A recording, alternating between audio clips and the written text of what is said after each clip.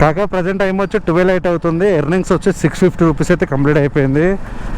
నిజంగా కాక ఓ పక్క వేడి, ఒక పక్క సీట్ మండుతున్నది కూర్చొని బండి సీటు చిన్నగా అయిపోయి పెయిన్ అనేది ఎక్కువ వస్తున్నది. ఏం చేయలేకపోతున్నా, పిచ్చి అంటే పిచ్చిలు వేస్తున్నది. అండ్ బ్యాక్ టు బ్యాక్ రైడ్లు వస్తాయి అంటే బ్యాక్ టు బ్యాక్ రైడ్ కూడా వస్తలేవు. దాంతోపాటు వీకెండ్ అస్సలు పడతలేవు. వీకెండ్ టైంలో ర్యాపిడో చేస్తే మరింత వరస్ట్ ఉంటుంది అని చెప్పేసి నాకు ఇప్పుడు అర్థమవుతున్నది. నేను మ్యాక్సిమం సాటర్డే మాత్రం ఎప్పుడు రాను, చాలా తక్కువ ర్యాపిడో సాటర్డే రావడము.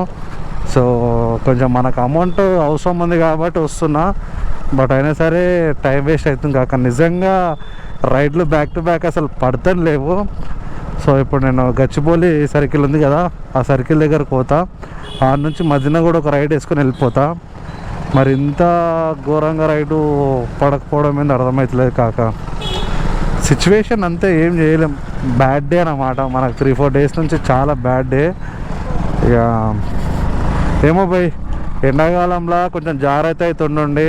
ఎక్కువ ప్రెజర్ తీసుకొని మాత్రం రైడ్లు అయితే చేయకండి. ఎందుకంటే ఆ హీట్కి కింద సీట్ కూర్చొని వేడికి బండి హీట్కి బండి ఖరాబ్ అవుతుంది, మన హెల్త్ ఖరాబ్ అవుతుంది.